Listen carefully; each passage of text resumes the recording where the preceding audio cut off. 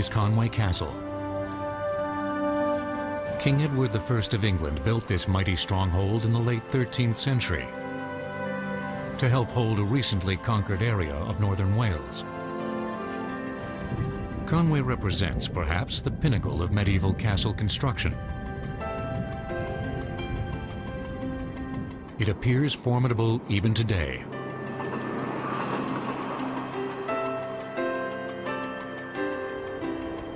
After more than 700 years, the sophistication of design is still clearly evident.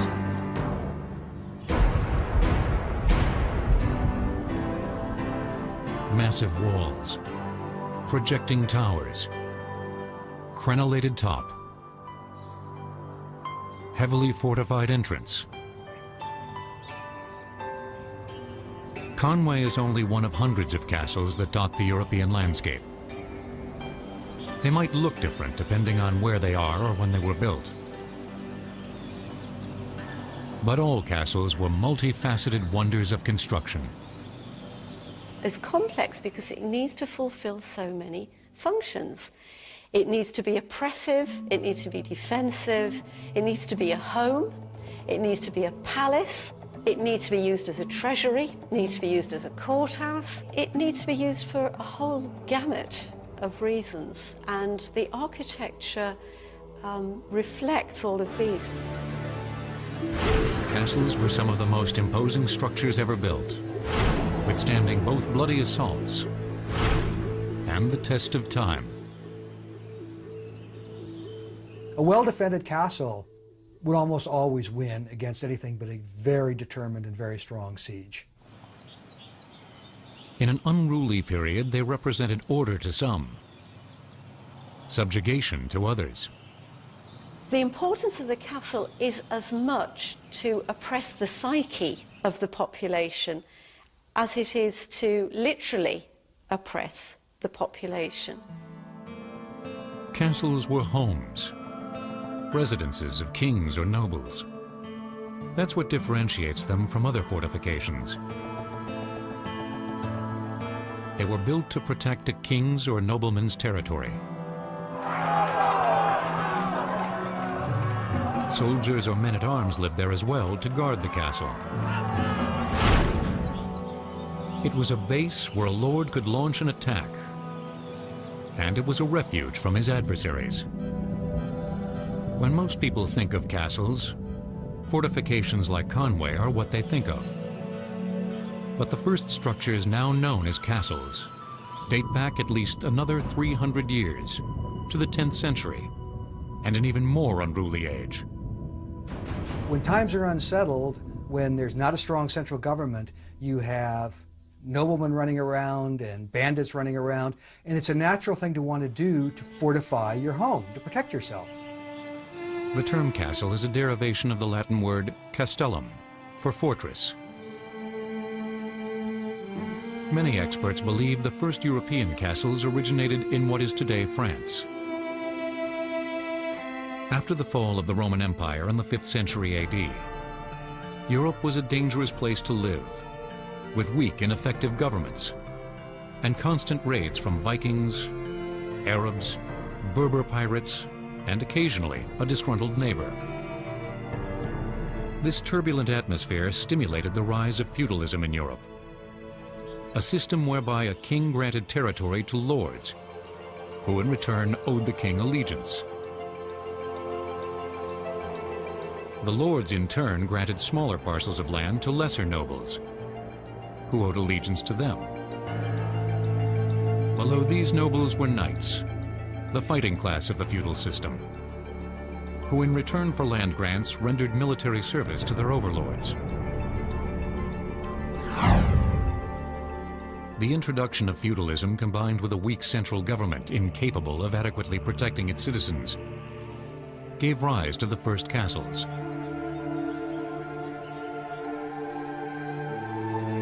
One of the earliest and most popular designs was the Motte and Bailey Castle. Basically a giant mound of earth, a motte, with a wooden tower built on top. The courtyard or bailey was enclosed by a tall timber wall. This is a model of a Motte and Bailey castle, which is based on excavations at a castle built in the 11th century.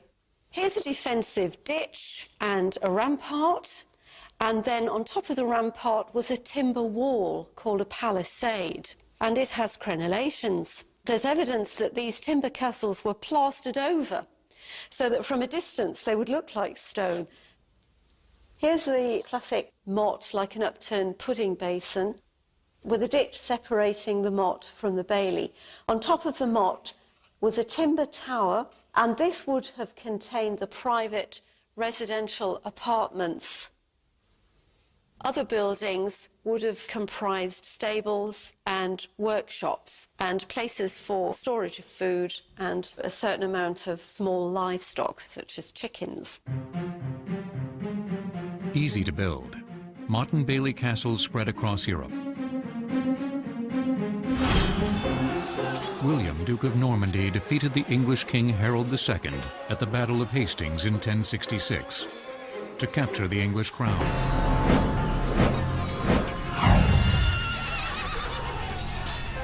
He brought Motte and Bailey's with him to help control his newly conquered land. He built Lincoln Castle in 1068. And like many surviving Motte and Bailey castles, it has evolved over time. But the motte still stands 40 feet high. That is a motte over there. That's the original motte, that's the Lucy Tower. It was the last bastion of defence. If this castle was attacked, that's where we would escape to, into the actual keep. The tower, or what eventually came to be called the keep, also served as the castle owner's home. Being higher than the enemy served several strategic advantages. So builders tried to push towers and walls taller. As the enemy came up with new tactics or weapons, castle architecture evolved to face the new threats. But the timber fortifications of the early medieval period eventually disappeared, thanks largely to one enemy it couldn't defend itself against: fire. But castle evolution in general is very simple. And somebody more intelligent than I has called it a bloody spiral. In other words, fire attacks the wooden castle, build it in stone. Corners are structurally weak, build it round. People go through walls, build them thicker. People go over walls, build them higher. In other words, it's all respond and defence. As the Middle Ages progressed, so did castle architecture. Simple earth and timber structures submitted to exponentially more complex strongholds. Stone fortifications sprouted from the countryside, dominating the landscape and frequently the people around them. They often talk about the beauty of strength, the idea of looking at a building with impossibly wide ditches, incredibly high walls which are massively thick, with fortifications that seem impenetrable to the beholder. That is the beauty of fortification. But the real beauty is how they were built. Stone and sweat, mortar and muscle combined to form structures that seemed like they would last forever.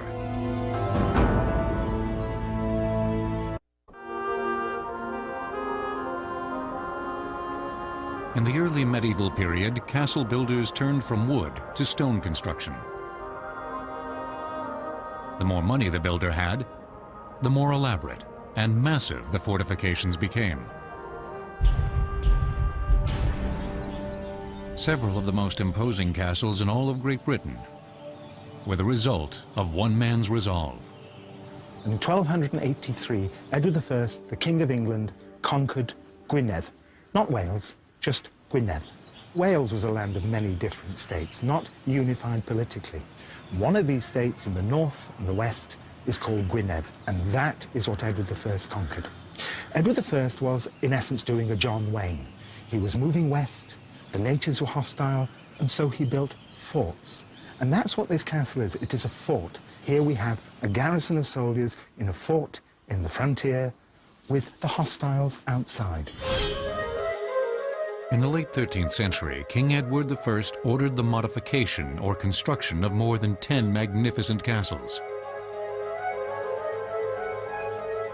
Among others, Conway, Chirk, and Caernarfon are enduring examples of Edward's dominating presence in northern Wales. To many scholars, the Edwardian castles represent the apex of medieval castle construction.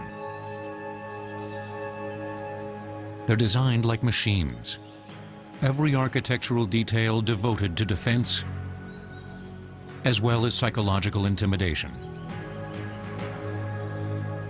Having stood for 700 years, these castles are stunning. But the way they were built might be even more impressive to us today. There's nothing magical about the way they built. They built by power, manpower. And they had 3,500 of them to actually do it. Earth-moving equipment, 1,500 men with shovels in their hand. That was their earth-moving equipment. And boy, could they move earth. By utilizing thousands of craftsmen and laborers, Edward's castles went up fast. Conway was built in just 4.5 years. Like subcontractors on a modern skyscraper, castle construction required over 100 different crafts, including carters, carpenters, blacksmiths, and masons. The brilliant architect, Master James of St. George from Savoy, coordinated the remarkable construction effort. James designed several of Edward's castles as well as supervised construction, which occurred simultaneously at different sites. James' castles were big, broad, and tall. Caernarfon boasts 13 towers, the tallest stretching 128 feet into the sky. Building something this complicated took precise planning from the very beginning. James' castles incorporated construction aids, such as scaffolding support holes or put-log holes, into the structure itself. The main construction of the castle, the building of the walls, was achieved by building a lowish wall to this height, then to put a log on the wall, protruding to a vertical log here, then scaffolding constructed, and they could carry stones up the scaffolding, placing them on the wall to allow the mason to stand on the wall and raise it further, for again another beam to meet another horizontal, and to have some more scaffolding, and repeat the process as we climb up and eventually getting to the top. The walls at Caernarfon, which are 7 to 9 feet thick, were built by constructing interior and exterior face walls with congruent stones and sandwiching smaller unshaped stones, rubble, in mortar in between. Filling the center with rubble saved time and effort. For the face walls, masons cut large yet manageable stones. The limestone came from the Isle of Anglesey, 10 miles away. To set the stones, they even had human or animal-powered cranes and winches. They used a plumb bob to make sure the finished structure ended up square and level. But it took more than the mason's sheer will to hold stones together. Castle builders used lime mortar, which had been used since Roman times, to keep the stones in place. Making lime mortar started with burning the limestone. That limestone isn't put into kilns. From 45 miles down the coast come ships that carry coal. And the coal is put into the kilns. And the coal is burnt, the limestone is burnt, and that produces quicklime. Now the quicklime is then mixed with sand and water, and that makes lime mortar. And that's what holds this castle together. At Caernarfon, masons used tough, light-colored limestone as the basic building blocks. Around windows, arrow slits, and corners, which demanded more detail work, builders used softer conglomerate sandstone, which was easier to work than limestone, but darker in color. The two disparately colored stones made an interesting design, but the pattern was incidental to the actual function of the stones. Workers covered castle walls with plaster made of sand, water, quicklime, and sometimes horsehair. This helped keep the lime mortar which held the castle together from washing out of the joints. Then painters whitewashed the walls. The majority of those dark, grey, cold castles that we see today were in fact beautiful white jewels. And it gets more interesting because castles on the inside were all plastered and painted too. Just like our homes are plastered and painted, castles were multi-million-pound buildings, and boy did they look it in their day. Another surprise. The Dark Ages weren't as dark as popularly believed. All castles had glass in their windows. We tend to think of castles as being bare and dark and cold, but like all churches, all castles had glass in their windows. Medieval glass is made in a very simple way.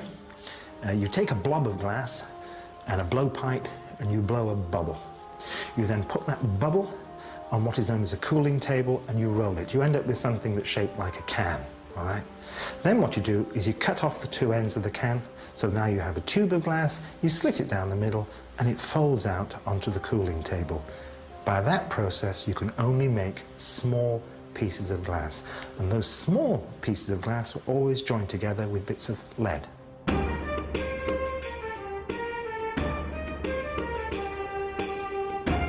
With an army of thousands, James of St. George created a magnificent group of castles,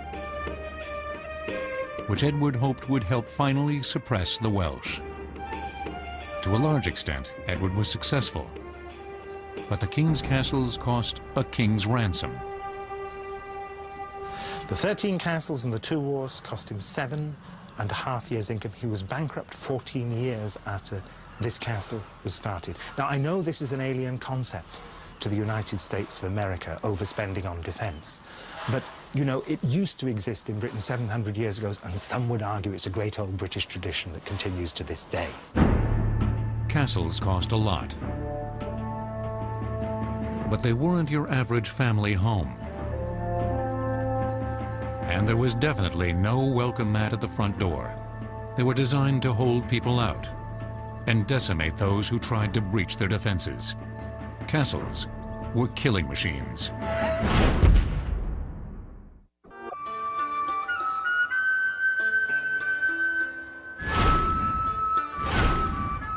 Castles may have had glass windows and pretty painted walls, but that had nothing to do with their primary purpose. The whole principle of the castle, by the end of the 12th century, is to establish means by which the maximum firepower can be brought to bear at any vulnerable spot.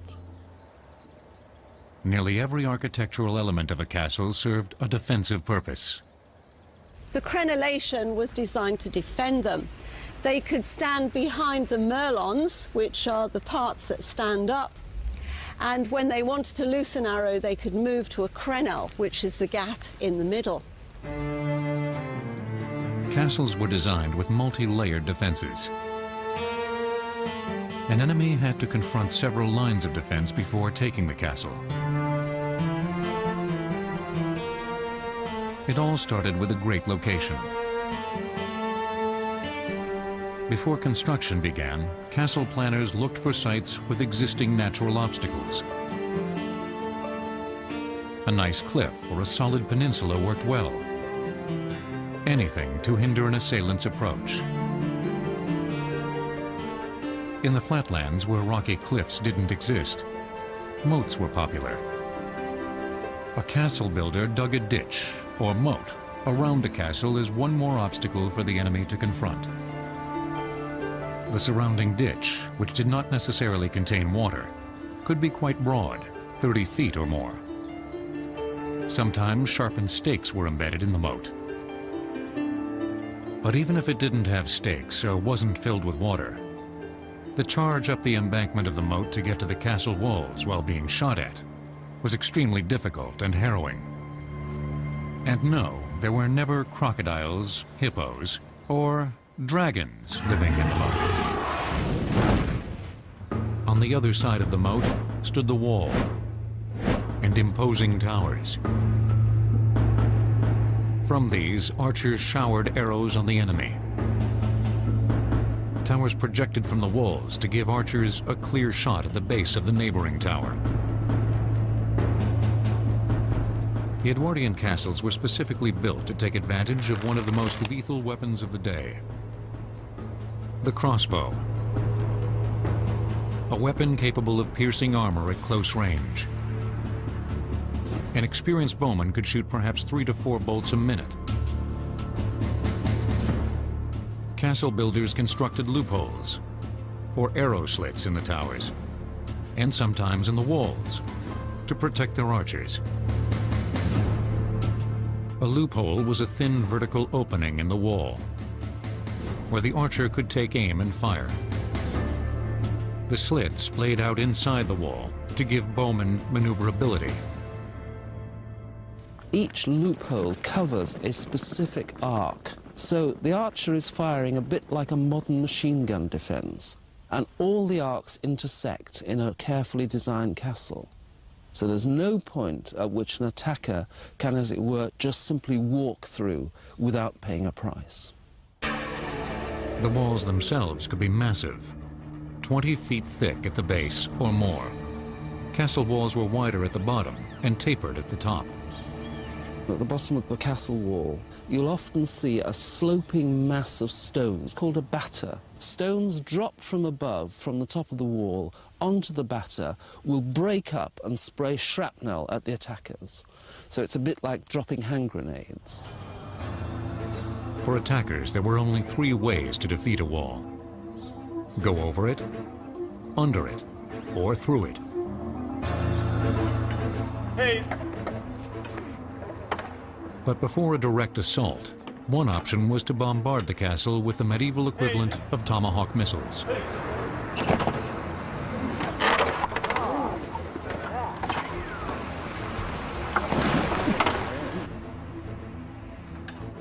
A trebuchet is a long arm that has a heavy weight on one end and has a sling on the other end. And what you load into there are typically large stones. You then use the counterweight to heave that stone against the walls of the castle. Stones were thrown at the top of the walls, the most vulnerable spot.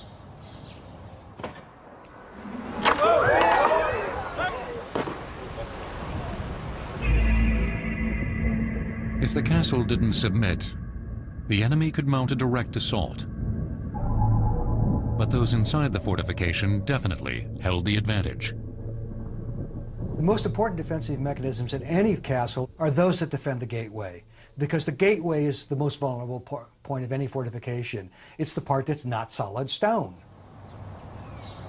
If an attacker survived the onslaught of arrow fire and made it through the moat, he could look forward to a warm welcome in the gatehouse.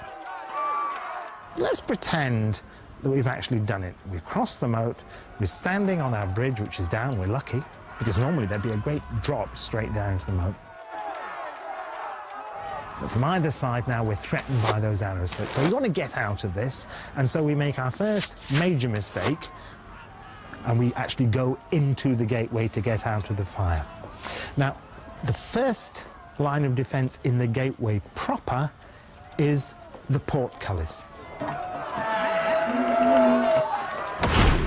Now, people think portcullises were made of iron. No, they're usually made of wood. The portcullis is raised and lowered in a groove. Here's a groove. Portcullises were things you could look through, things you could shoot through, but you couldn't walk through. Let's pretend we get beyond there. Well, beyond there, our next line of defense is this wooden gate. It's a reconstruction, but it's a fair reconstruction. It's about 5 inches thick, and you attacking it would hit it with a big battering ram, or potentially you would set fire to it. Now, look at the arrow slits to either side. From there, those crossbow bolts are going to be firing into us. But now, look up.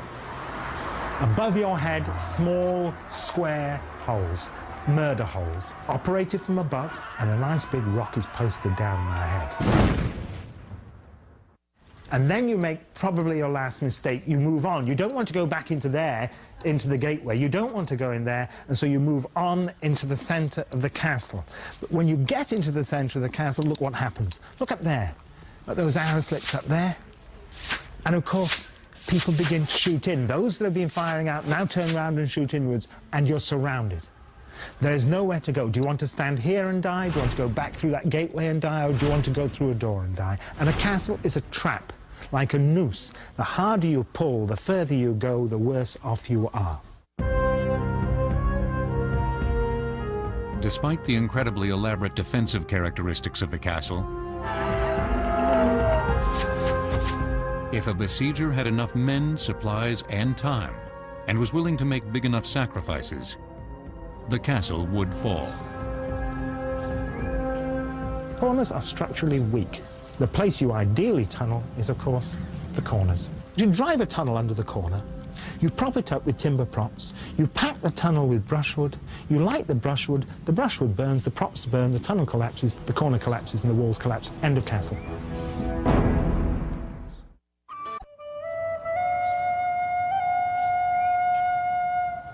A man's home is his castle.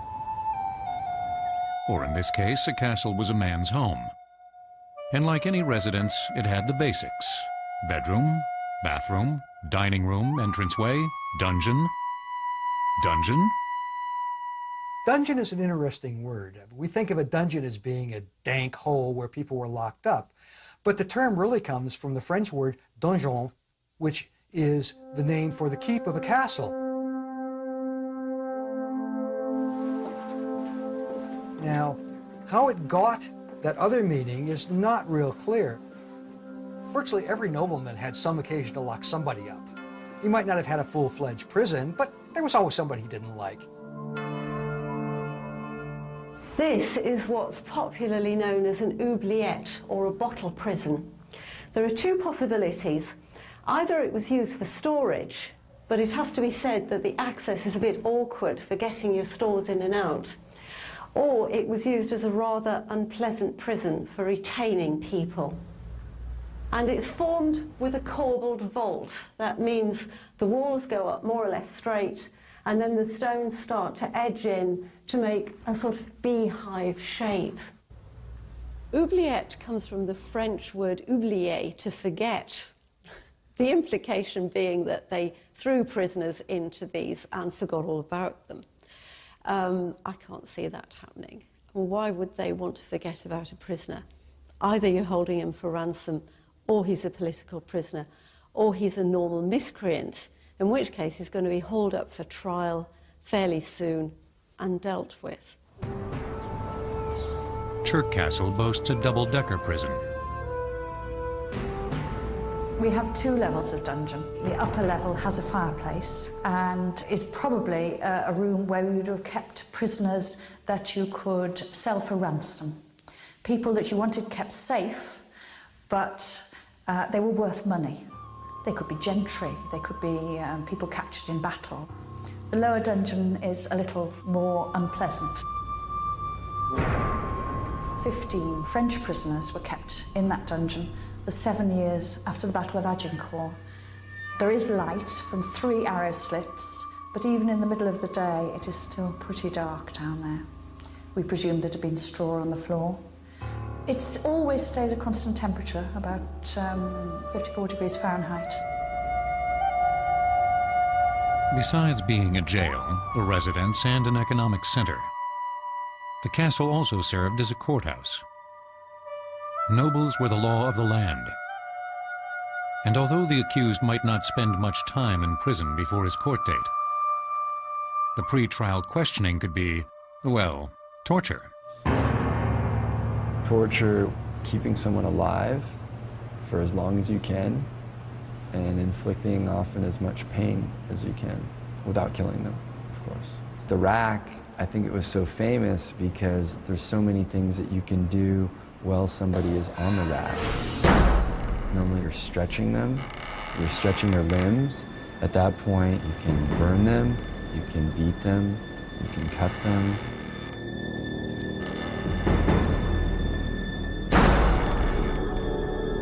There were all kinds of horrifying torture instruments used, especially during the time of the Spanish Inquisition.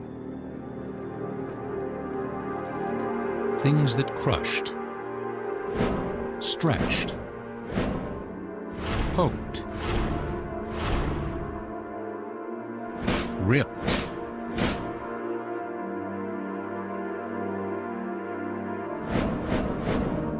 and were quite literally a pain in the rear.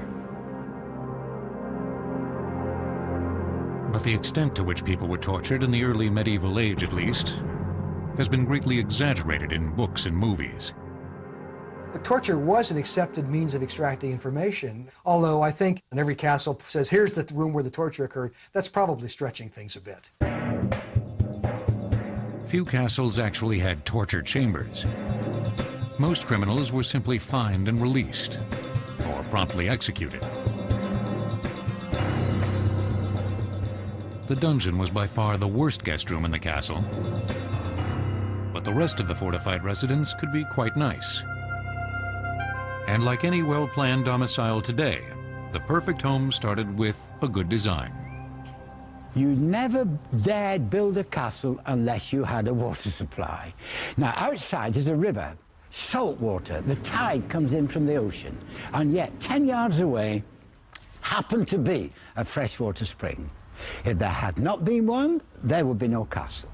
This spring, this well built on it, is 91 feet deep and supplied the water for the castle.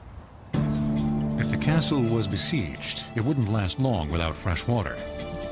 Some had cisterns to collect rainwater. But if the castle wasn't being attacked, why drink water when you could have beer? This is the center of the whole social life and atmosphere of the castle. It is really in here. The king is in this castle. He wants everyone together in the banquet hall. Let us imagine a banquet now. Let us imagine a big fire in here and a big fire in there. Across that wooden wall, there's a high table for the king and the queen and their friends. These white walls are now covered in flags and bunting. Here are further long tables for the soldiers. And the servants are rushing in from the kitchens, and they're bringing the meat and the chicken and the veal and the venison, the pork and the fish, the goose and the duck. They start eating at 5 o'clock, and 3 hours later, they're still eating. It's now 8 o'clock, and the music starts from the minstrels here. The servants are rushing around with the wine and the beer. Now, it's a cold evening, and now there's a big warm fire in here. Their stomachs are bulging with the meat and the chicken and the veal and the venison, and they're pouring in the beer and the wine. Well, it's midnight, and the king says, bed now. Come on, bed, because we're going to do this again tomorrow, and tomorrow, and tomorrow. And there's a banquet in here every night while the king is present. After a night of food and fun in the Great Hall, the king would retire to his bedchamber. So here we are in a living room in a castle. In the basement, nobody lives. 3 living floors. The first thing you notice is this, the fireplace. Look at the size of this. But of course, you'd need something that big to warm something this big. The floor area of this single room is as big as any modern apartment. It's huge. The walls would be plastered, the walls would be painted, and if you look over here, what you see is a lovely window seat. Now, the view from that window is stunning, out over the sea, out over the land. And you'd lean against your beautifully plastered walls, looking at your beautiful view with your big fireplace burning in your hearth. After consuming so much beer at dinner, nature would undoubtedly be calling before morning. Fortunately, each living floor had at least one garderobe. Now, an army marches on its stomach, and one of the necessary byproducts of that is you have to have lavatories, bathrooms, washrooms, restrooms. Now, when we look in here today, what we see is a slate slab. But originally that would have been a wooden seat with a hole in it. And beneath that slate slab is a shaft like a chimney. Only in chimneys things go up, and here, hopefully, updraft allowing, things went down into the river that came up to the castle's walls. While other windows in the castle might have glass, the ventilation window in the garderobe did not. This helped keep noxious ammonia gas from rising up the shaft and collecting. So it might not have been deadly, but it was still foul-smelling and pretty cold in the winter.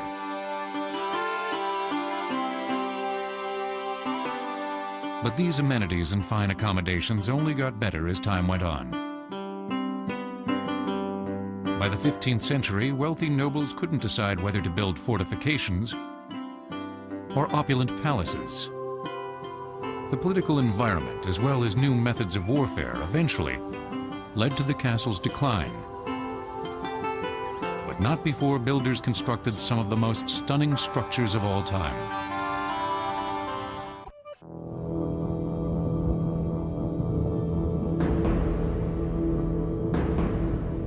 Castles represented the perfect fusion of form and function. Masterfully constructed, at once intimidating, yet beautiful. With the progression of time, the simple elegance of the Edwardian castle style was replaced by more ornate designs. In countries like Spain, castle architecture reached art form.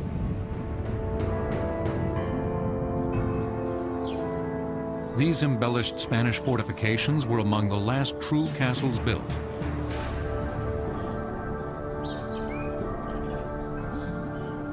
The product of a 700-year-old struggle between Christians and Muslims for control of the Iberian Peninsula. In 711, the Moors from northern Africa invaded and eventually conquered what is today Spain. The Christians fled north, but over the next 7 centuries, Christian kings fought the Reconquista, the reconquest of Spain. As the Christians slowly retook territory, they built hundreds of castles. The region of Castile gets its name from the numerous strongholds once covering the landscape. Here, even the Christian castles demonstrate a Moorish influence. One of the most magnificent is the Alcazar de Segovia. The Alcazar, that's really a demonstration of royal strength. It's a way of saying to the people in the countryside, it's the king who's in charge. Perched on a cliff carved over eons by 2 intersecting rivers, the Alcazar dominates the surrounding countryside.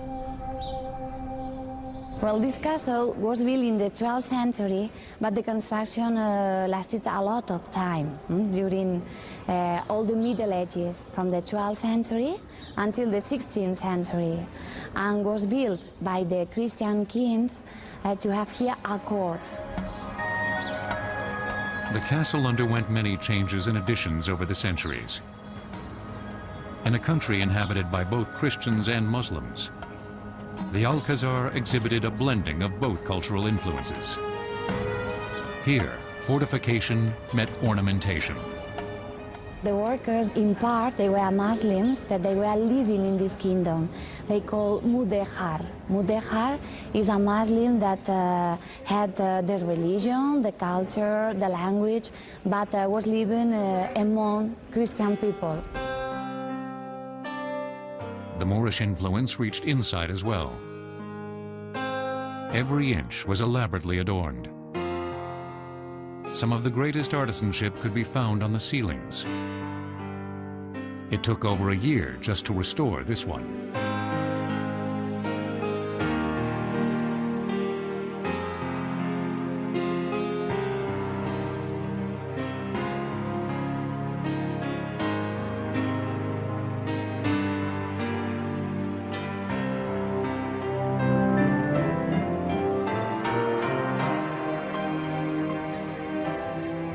architects and military strategists spent centuries refining the function of castles. That is, until one invention blew a big hole in all that work. Why did the castle decline? Two reasons. First place, people invented gunpowder, and cannons could knock down walls. Took them time to perfect it, but in the end, a castle with high walls was no longer defensible. Second reason, well, the world changed. Centralized government became stronger. Kings became real kings. They didn't depend on lords anymore, and they didn't like lords having castles. By the 15th century, nobles in much of Europe started building luxurious homes instead of fortifications. Slowly, many of these mighty fortifications fell into disuse. Some were purposely torn down by cautious kings. Several Edwardian castles were partially dismantled after the English Civil War in the mid-17th century. Others were gradually deconstructed by villagers needing building material. In the 19th century, there was a sort of rebirth of castles, not in the traditional defensive sense, but in the architectural sense, an attempt to build structures that looked like old castles, that captured the romanticism that was perceived to have come from the Middle Ages. Many people in the 19th century wanted to recapture that period. Although castles may have disappeared, our fascination with them has never waned. The idea of things being beautiful because they're fortified is rather like the idea of a car being beautiful because it looks as though it goes very fast. That sense of theatre in castle architecture is a tremendously important element of castles. It's slightly dangerous and magnificent and powerful at once.